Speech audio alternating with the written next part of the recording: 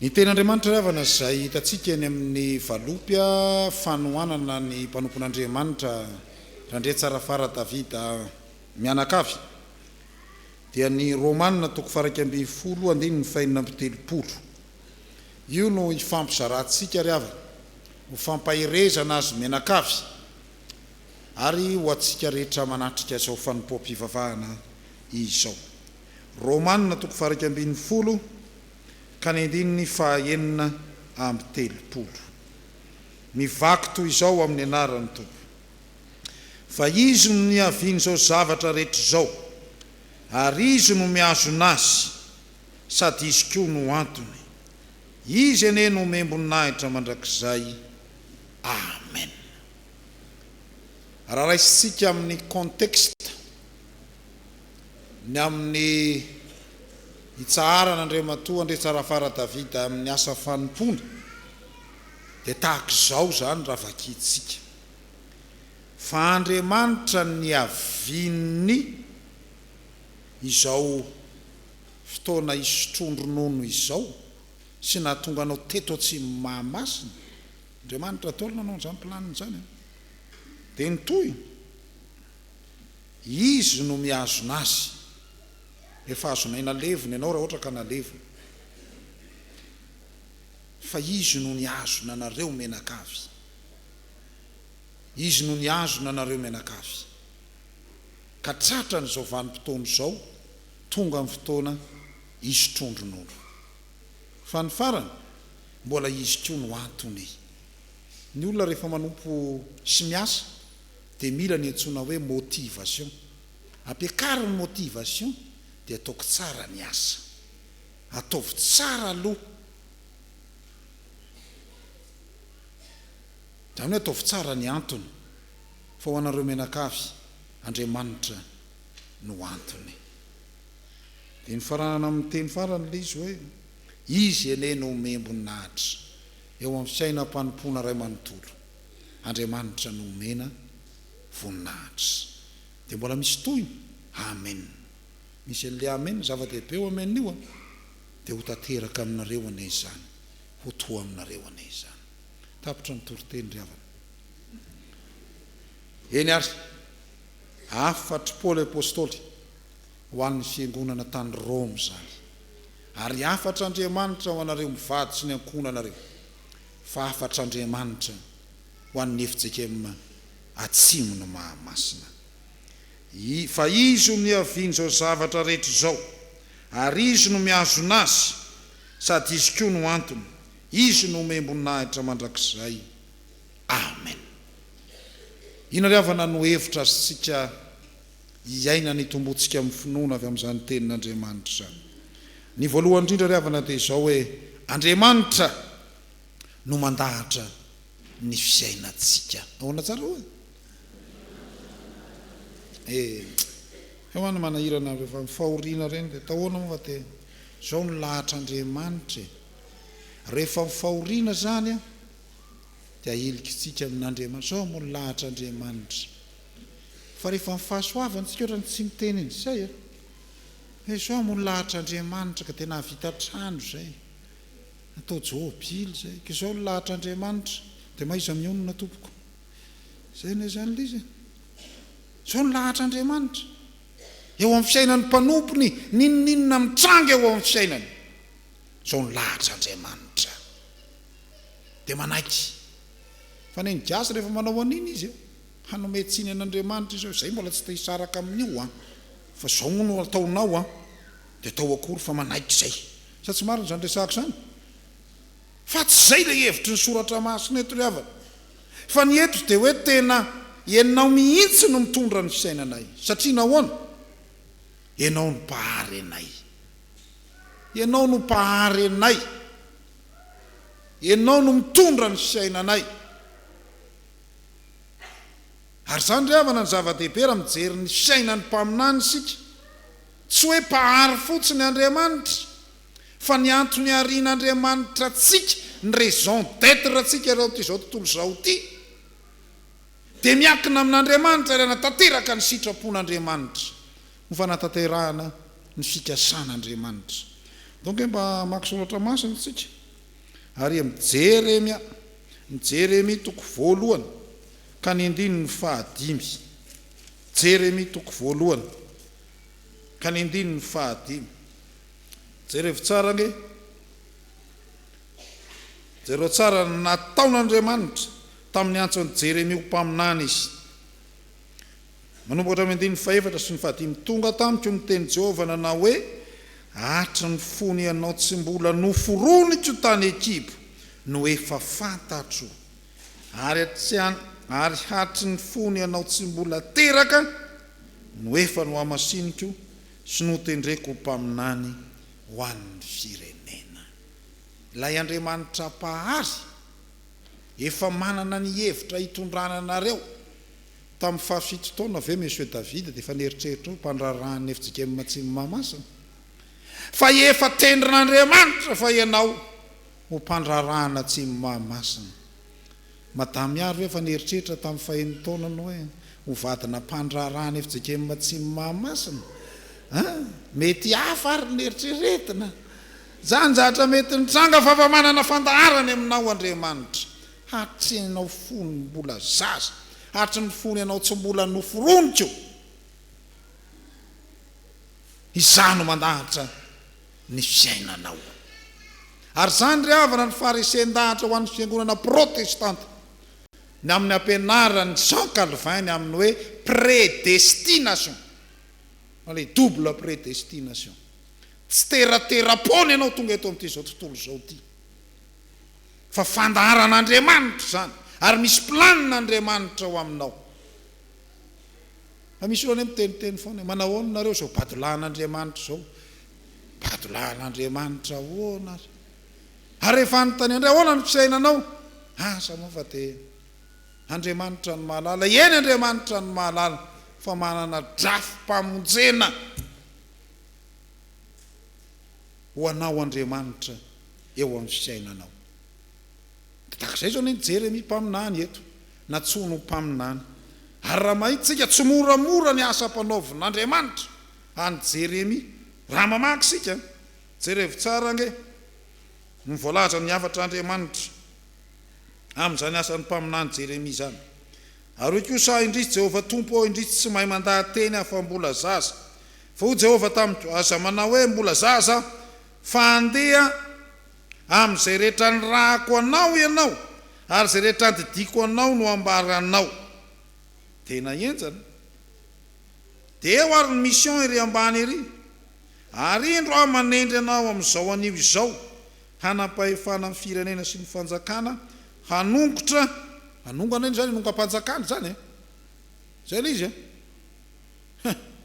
hanongotra, anina koa le izy hanjera, grave zany ina koa nytoy, handrava sy handrodana ary hanorona sy hamboly. Tsy zany ve nataonao teto Andriamatoa Davida? Nanomboka hatramin'ny fanafana hatramin'ny fako rehetra teto, tsy nirofinao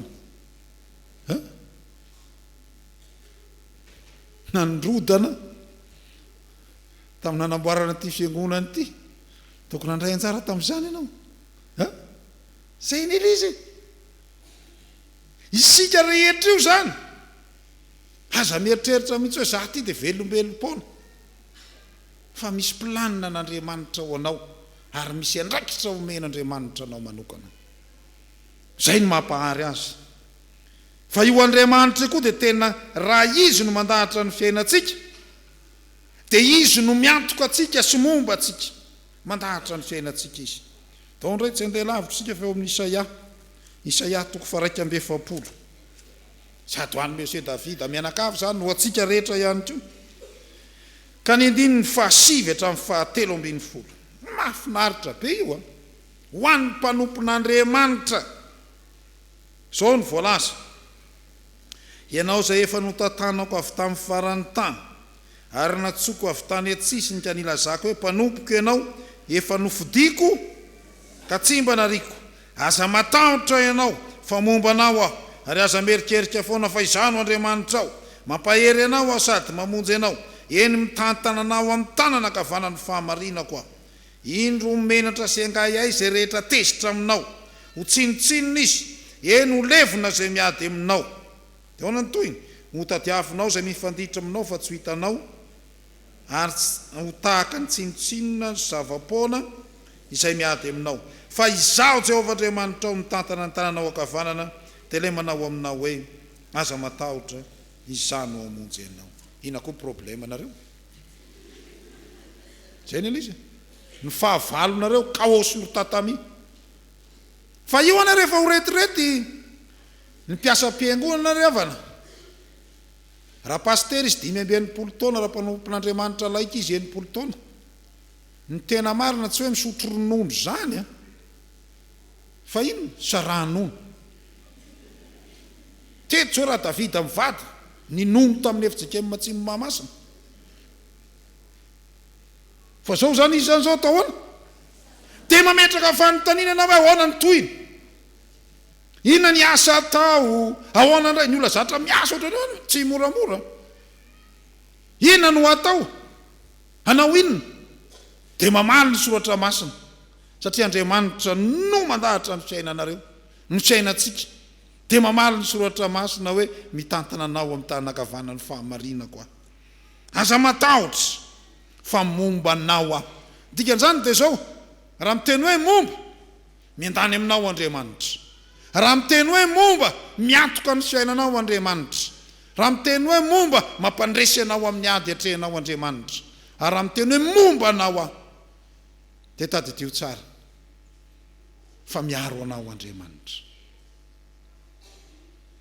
Averin'ny soratra masina io, averin'ny Jesoa ary amin'ny Mateo 20:20 andininy faharoapolo ary amin'ny farany, indro zaho momba anareo mandrakariva ao nantoy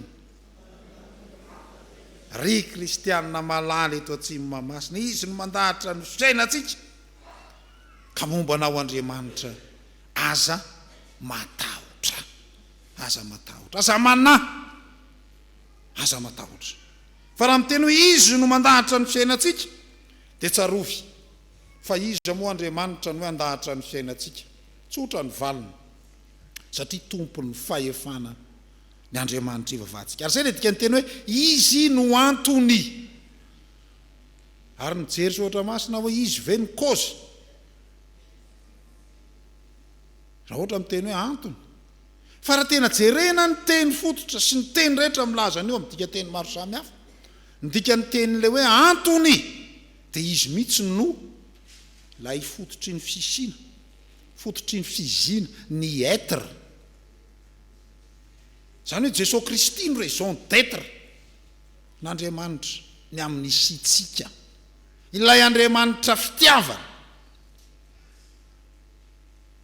Ary ny Andriamanitra ivavahantsika dia Andriamanitra fitiavana, dia Jesosy Kristy mihitsy no nalefany.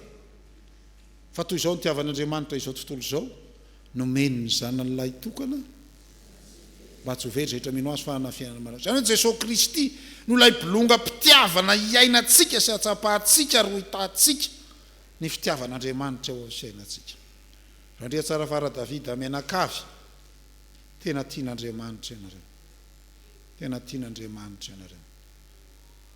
Zany ry kanto, zany ry amboara menakavy, tian'Andriamanitra ianareo menakavy kely reo, tena tiana. Za tena mandinika mieritreritra anareo io, tsy moa ny anjaran'ny mpanompon'Andriamanitra fa tian'Andriamanitra loatra ianareo. Zay ilay izy. Sia kristianina rehetra koa tian'Andriamanitra. Zay mahatonga n'Andriamanitra mamindra fo amintsika. Ny antony Jesosy Kristy no antony nataon'Andriamanitra izy, Andriamanitra izy, fa izy no antony, izy no antony zao rehetra zao, mitantana ny fiainantsika izy. Fa ny faharoa avy anazy raisina amin'ity soratra masina ity dia zao dia voalohany zany hoe Andriamanitra no mandahatra ny fiainantsika, fa ny faharoa ny fiainantsika rehetra hanomeza voninahitra an'Andriamanitra. Ny fiainantsika rehetra atao inona? Le tapany faharoa dia izy ene no memboninahitra mandrakizay. Lay Andriamanitra mandahatra ny fiainantsika, io no andeha homena voninahitra. Ny tsy ambaratelon'ny Davida ry avana ao amin'ny soratra masina, fanahineko mihitsy ny soratra masina no soratany Davida mpanjaka no alaiko eto amin'ity fizarana faharoa ity. Jerevy tsara ange fantsiambaratelo ny fahombiazany Davida teo amin'ny fitondrana ny firenena, ny tsiambaratelo ny Davida teo amin'ny fiainany manokana. Tadidio tsara fa hatramin'izao tsika miteny zao tsy mbola misy firenena matanjaka ho amin'izay olona mandalina siansy politika, tsy mbola nisy firenena matanjaka mihoatra ny tamin'ny fanjakany Davida, na zany fanjakana Rosiana, zany fanjakana Amerikana zany tsy ampahafiry ny tanjaky ny hery sy ny heriny zany fanjakany Davida tamin'ny fotoan'andro. Zany mety tsy de eritreretintsika loatra zany. Fa inona ny tsiambaratelo ny fahombiazany Davida teo amin'ny fiainany? Roa ihany ry havana. Ny voalohany indrindra dia ny fiombonany amin'Andriamanitra. Ny fiombonany amin'Andriamanitra rehefa misy zavatra ataony manontany an'Andriamanitra izy aloha. Ahoana, hiakatra ve za? Asiako ve reo? Dia miteny Andriamanitra hoe mandana asio, dia mamely izy. Rehefa miteny Andriamanitra oka aloha. Dia mba hitany Saul zay fikafika ny Davida zay, dia mba nanao izy. Fa raha maka soatra masina tsika tsy namaly Andriamanitra. Saul koa mba nanontany fa tsy namaly Andriamanitra. Na zahatra mety mitranga. Ka ninona ataotsika eo amin'ny fiainantsika? Anontanio aloha Andriamanitra. Zay ataonao amin'ny fiainana izay mandeha amin'ny lobenao fotsiny, fa anontanio aloha Andriamanitra. Ataoko hanomezako voninahitra anao ty zavatra ataoko ty. Anao asatsy anao dia nohy tsara fa miteny aminao amin'ny alalan'ny soratra masina Andriamanitra. Dia ny tsiambaratelo faharoa ny Davida dia ny fiainany rehetra nataony hanomezam-boninahitra an'Andriamanitra. Jereo tsara ge ny hira nataony Davida ny fanomezam-boninahitra an'Andriamanitra, ny salamo 8:30. Ny salamo 8:30 dia tena salamo fanomezam-boninahitra an'Andriamanitra zany. Tonga mba vakitsika ny apahany amin'ireny fotsiny. Salamo anankiroa fotsiny vakiako fa aza matahotra nareo. Salamo 8:30. Jerevy tsara ke ny fanomezany Davida voninahitra ny Andriamanitra. Hiderana ao amin'ny foko rehetra eo anatrehan'ireo Andriamanitra no ankalazako anao. Hivavaka manandrify ny tempolonao masina ka hidera ny anaranao no famindram-ponao sy ny fahamarinanao. Fa efa nomeno voninahitra ny teninao ambony ny anarana rehetra. Zany le ny Davida. Fa ny anankiray izay tena salamo mahafinaritra mihitsy dia ny salamo 5:70. Donge mba vakitsika salamo tena.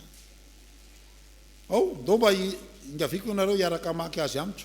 Ndao hoe reva amin'ny anaran'ny Tompo manao hoe anandratra anao ary Andriamanitra mpanjako sy akalaza ny anaranao mandrakizay tory. Ankalazanao isan'andro sy hidera ny anaranao mandrakizay tory. Lehibe Jehovah ka tokony hoderaina indrindra ary tsy takatry ny sainany fahalam-piasa. Ao ary, zaonanao tsara.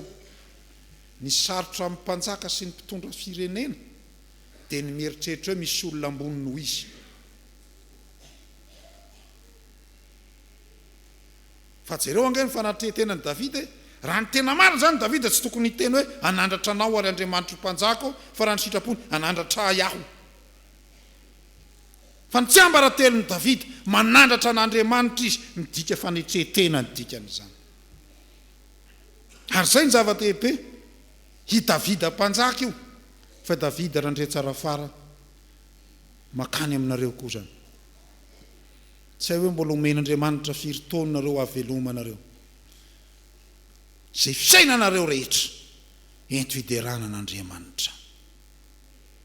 Tsy hoe rehefa mitsahatra amin'ny fanompona amin'ny Mpandraharahan'ny dia mitsahatra koa ny fanompona aty am-piangonana.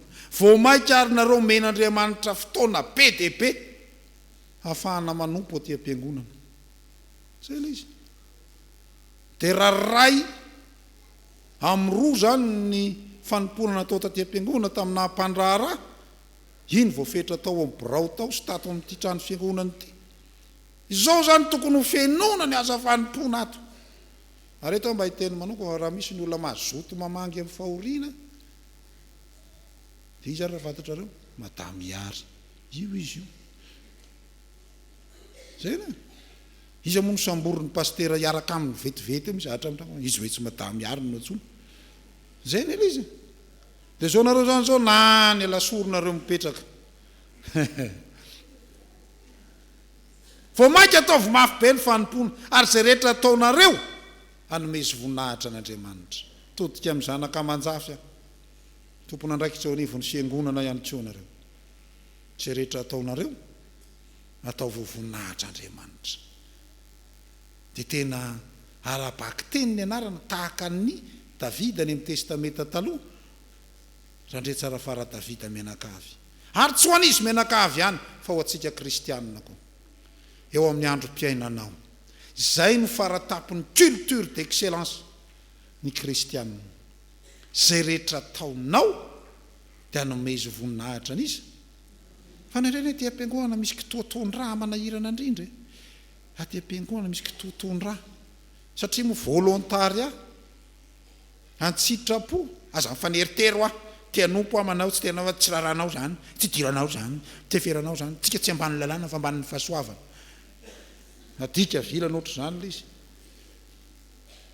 fa rehefa manao zavatra ho an'Andriamanitra manaova zavatra tsara ho voninahitra Andriamanitra ny farany riavana fahatelo farany zay farany fohy amin'ny toriteny ko ty fizarana fahatelo ty dia ny teny hoe amen tanareo mifara amin'ny amen la izy eto sady zay la izy mifara amin'ny amen izy eto